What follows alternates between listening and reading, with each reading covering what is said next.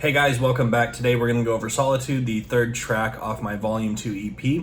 Let's get right into it. Alright guys, so here we are inside the Solitude project. My computer's been having some issues recognizing some of my software, which is fantastic. But we're going to carry on.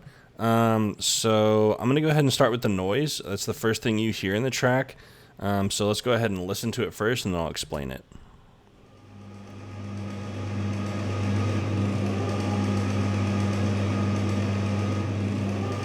So I have automation. So the first piece of automation is actually my reverb mix. Then I have volume automation. So it fades in, slowly fades out in the beginning. The noise doesn't go on through the whole song, and then it slowly fades back in at the end. So what we have here is we have a fan noise sample from Battery.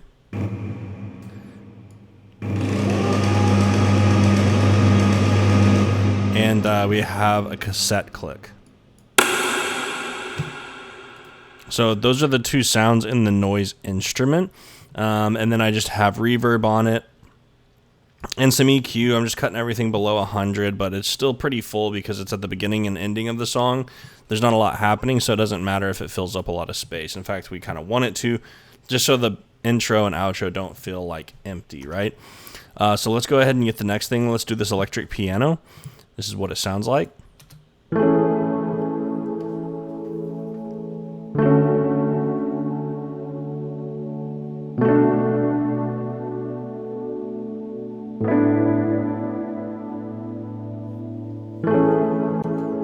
Alright, so this electric piano is a contact instrument. Let's see if it loads. Awesome, it's hybrid keys.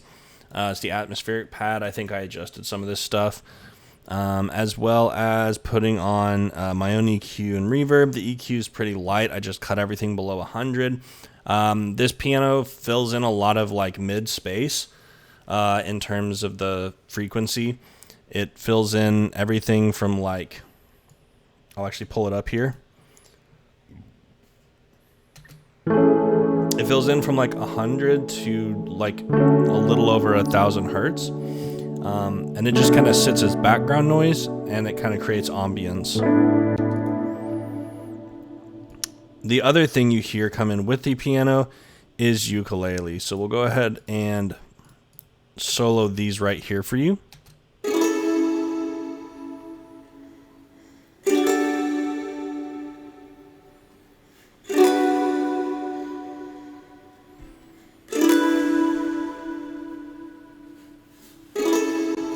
So that's literally just strumming chords on a ukulele, and it's just kind of like one strum per measure. So they're just kind of whole notes, and then I also have this line going along with it.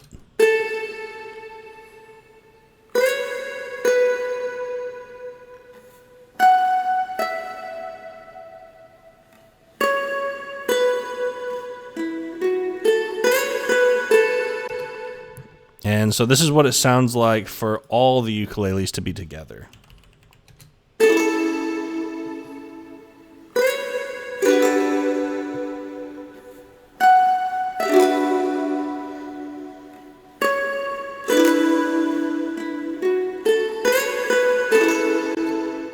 This is probably my favorite track off the Volume 2 EP. Just because like it feels really good to me. I really enjoy the way it feels. It kind of feels like laying down in your bed to go to sleep. It just feels like home. I feel like safe, kind of. So it's kind of cool. And then let's get into this right here, which we have hi-hat 1 and hi-hat 2. Let's give it a listen.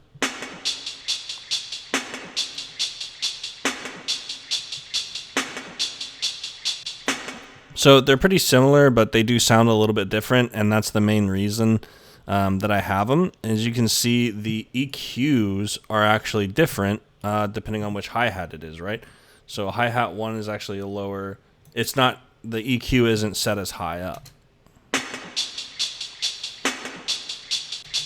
So the reason why I did this is there's that little bit around 280 hertz that I leave in. And it just adds a little bit of character and depth to that to keep it sounding different. Otherwise, if I put the EQ up at like 3,000, you would still hear the high end, but you wouldn't hear that low end. It wouldn't really sound like a different hi-hat. So I still do a low cut, but I leave in some of that stuff right there around 280. The other hi-hat, however, I cut off at 2000 hertz. And then both of these have some different stuff on them, right? And I'll get into that. You know what? I'll go ahead and just get into that right now. I put on all these drums, I put like a bit crusher and a filter and a reverb. And the reverbs vary a little bit, but I'm trying to make it sound a little bit lo-fi, but I'm also trying to create a lot of space and a lot of extra noise. So here's what it sounds like without the bit crusher. So it doesn't sound bad. The bit crusher just gives it some dirt and makes it feel like older.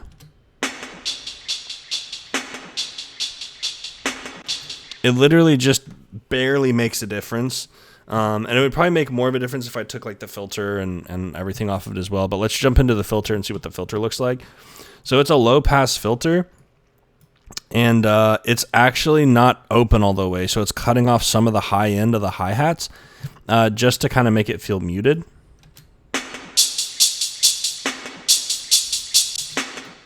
And here's with it on. It doesn't make a huge difference for that first hi-hat, but the other hi-hat, it does make a huge difference. It really tones it down. It takes a lot of energy out of it and kind of makes it feel more background. And then I have reverb as well.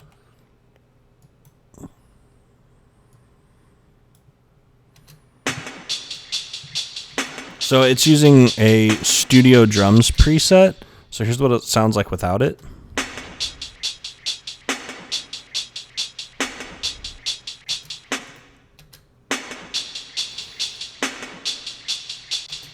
So this time it's a pretty noticeable difference right off the bat.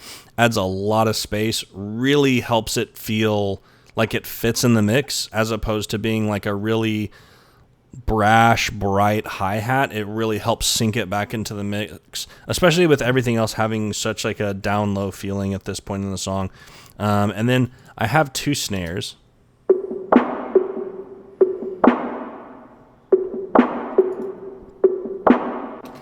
All right, so with the snares, kind of similar to the hi-hats, I'm using different pitches and dynamics to kind of create a bigger feeling. So everything, I believe, is from the same kit as well. I believe it's all from this Animosity kit. And I did tweak some stuff as well. But like with the snares, you have one snare that is almost more like a clav or like a bongo or something, and then one snare that sounds more like a snare.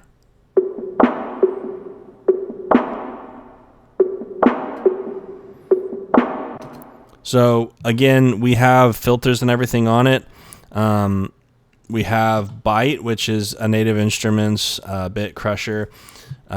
We have the auto filter on it, which is actually set pretty low. I normally wouldn't do this, but I'm really just trying to get this to sit back in the mix and feel kind of distant. Or not even just distant, trying to make it feel quiet or soft as opposed to feeling like energetic. So like, here's what it sounds like without the filters on.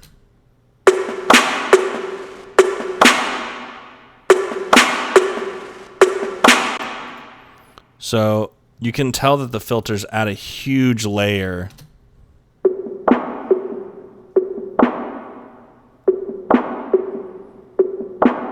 They really kind of calm it down. And then the kick, we can jump into the kick.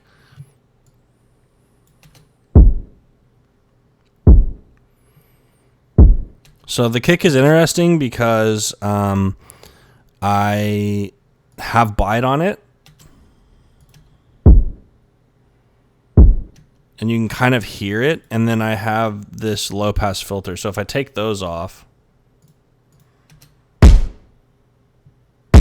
So it's a very distorted, like, in-your-face sounding kick. Even more so with the bit crusher. But once you throw this filter on there, it really sets back in the mix. and it helps it feel calm. I do have a reverb on here. It's the Studio Drums reverb, so let's listen to it without.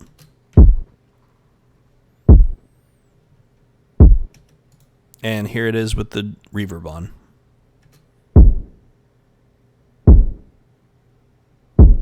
So it just helps fill a little bit extra space and helps it set in the mix, and really kind of keeps everything down low and chill. All right, so let's jump into the vocal stuff. This is the first track I've done anything vocal on, and I'm probably going to start doing more of this kind of stuff depending on the track, where I just do like noises, falsetto, things like that, and throw it in as a sound to kind of create ambiance.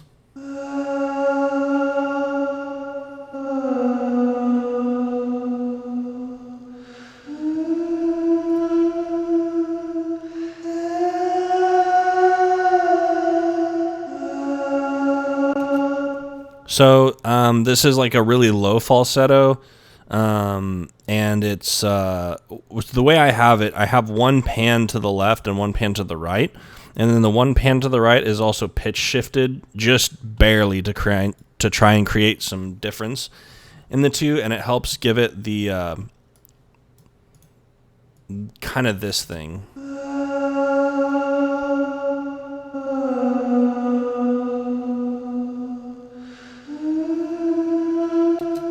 My goal is just to try and get that as wide as I can on this so that it feels like that's just kind of surrounding the rest of the project. So that's what I did. I panned one left, panned one right, pitched them a little differently.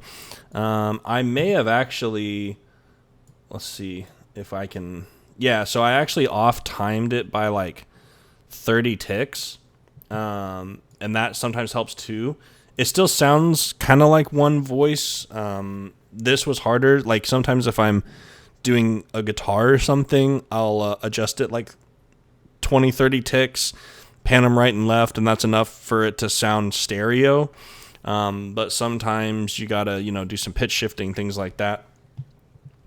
But that lead line by itself wasn't very fulfilling, so I ended up recording this as well.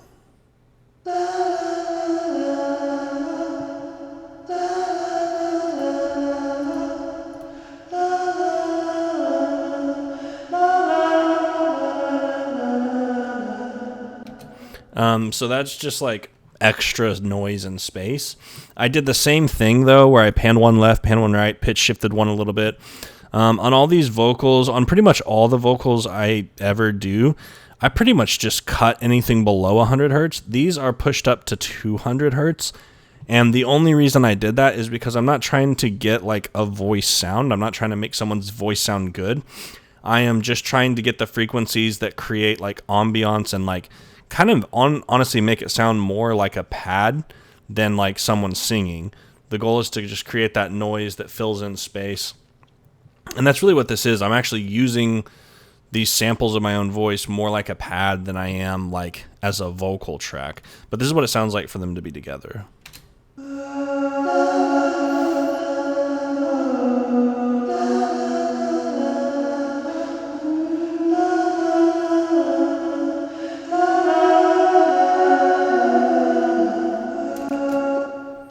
One thing you might have noticed already is that everything in this song is like it's on like a loop, but it resolves on the first beat of the next measure. So I leave the end of it unresolved, and what it does is pulls you. That feeling of resolution happens when it starts over again, and it kind of creates a momentum, and I really like that. But let's go ahead and listen to everything together once the bass and everything else comes in.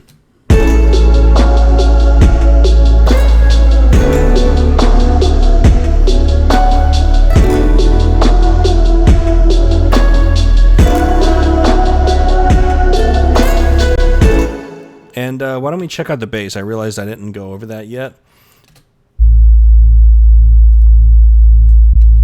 So with the bass, I cut everything below 20 hertz, and the curve starts a little bit like at 20 hertz, but it's all good. Cuts those extra low frequencies we don't necessarily need, and that's the EQ for it. it is a track. Oh, my bad. It's a razor bass. So I have a little bit of movement here on the cutoff, and I'm pretty sure, yep, it's coming from LFO1. I have it synced up to the song, and I just have it oscillating on the cutoff. And this is a really simple bass as well. There's really not a lot going on. It's pretty much just a sub, and that's it. And I just have that little bit of LFO on that cutoff creates the movement that makes it kind of feel like it's moving.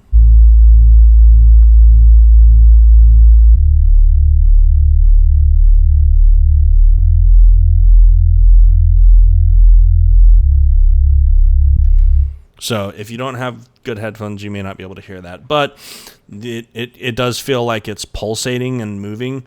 And I just felt like that helped because it kind of made the song feel, it kind of added some movement that made the song feel like, in my opinion, it feels like I'm floating kind of. So that's basically everything in the first part. So if you've listened to the song, you know there's more than one part, right? I'm not really sure what inspired me to do this, what crazy idea I had to do this. But I think what inspired me was listening to like Joji and Rich Brian songs where you would feel one way and then they would just switch up the track and you'd feel a completely different way.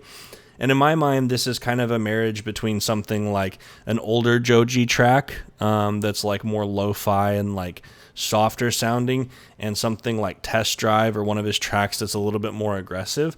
And I kind of put that into one song. What's interesting is I use all the same stuff, right? So I use the same kick. I don't use the snare that is more percussive. I just use the snare that sounds like your traditional snare. I use both hi-hats. I use the bass, but instead of sustaining the bass, I just have it play shorter and cut out depending on what the beat is. And then I do some interesting stuff with the ukulele and the vocals. So we'll go ahead and get into it. So I'll just play the beat, right? So let's play the drum set. Okay, so here's the drum set of the first part.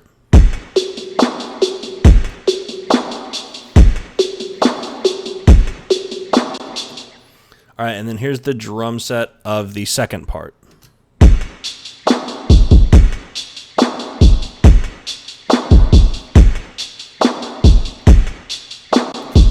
So the hi-hats still kind of carry the same rhythm that they did in the first part. It still kind of feels like you're floating on water, but the kick is more aggressive and timed a little bit more like a trap beat. So the first part I compare more to like a reggae beat, whereas this I compare more to like a trap beat.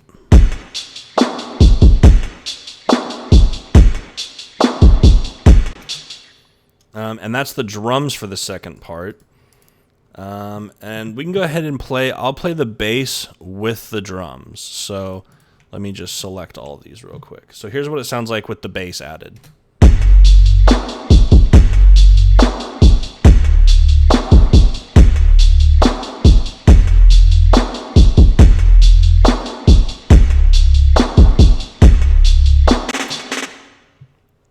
So that's what it sounds like for the drums and the bass.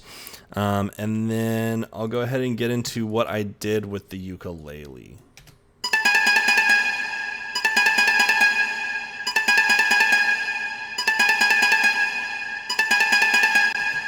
So I literally took a few samples of single notes I had plucked, and I just layered them on top of each other.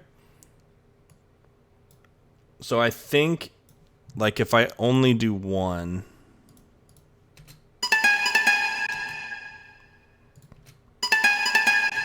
so it's 3 plucks, and I have it layered left and right, so it echoes.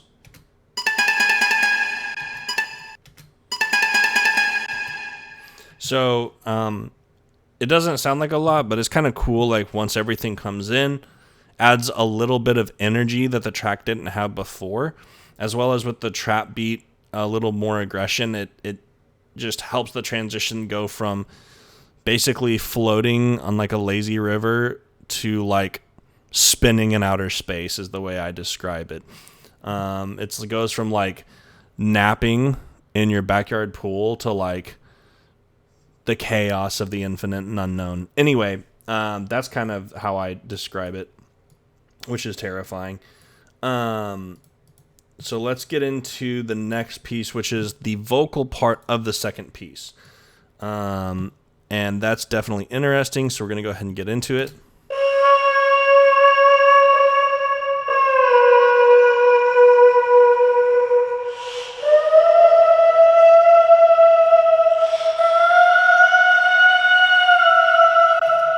So it's literally just the like melody that I hummed earlier, like the low falsetto. I just have it pitched up. And I think I did some extra reverb stuff with it. Yeah, I did a bunch extra with it. So they're pitch shifted, as well as I cranked the limiter up on it. I think it was because some parts were like way louder than others. So just to get it consistent. So the EQ is the same, and then I have a limiter. I have a pitch shifter, which pitched it up to the pitch you hear now, as opposed to the lower pitch from earlier, naturally. I added bite, which again is the bit crusher. So I used the bit crusher to make it a little dirtier, more distorted sounding.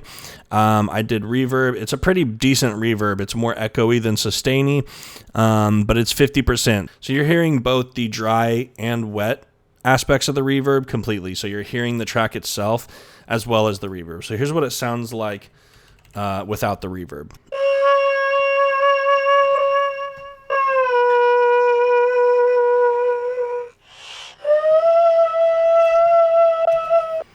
And then I'll turn the reverb back on.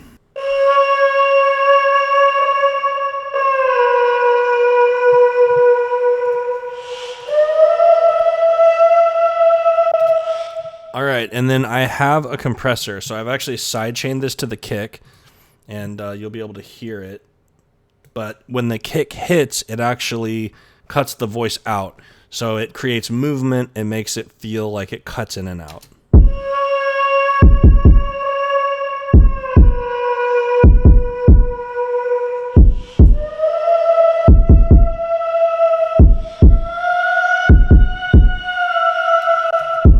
So that's what I have basically, and we'll go ahead and listen to all this stuff together.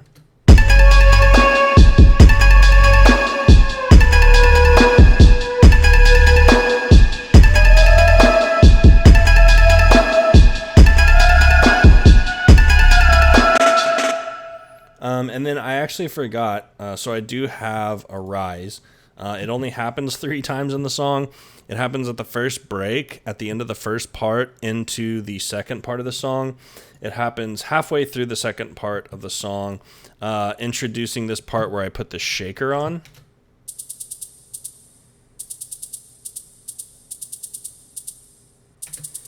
So, kind of sounds like this.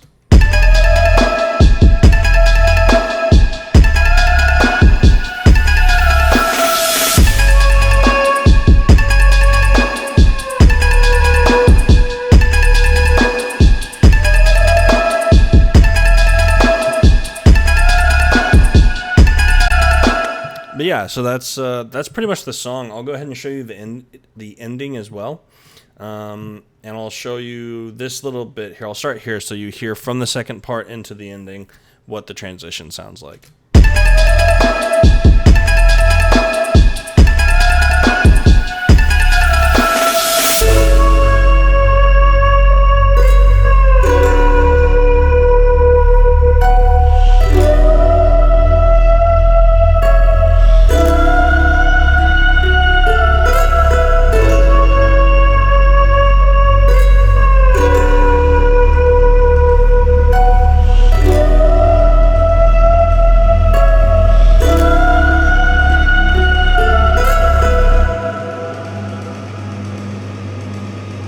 And that was Solitude. Well, guys, I hope you enjoyed the video. Thanks for watching. Don't forget to like, subscribe, and leave me a comment. Let me know if you enjoyed the video and what you'd like to see in future videos.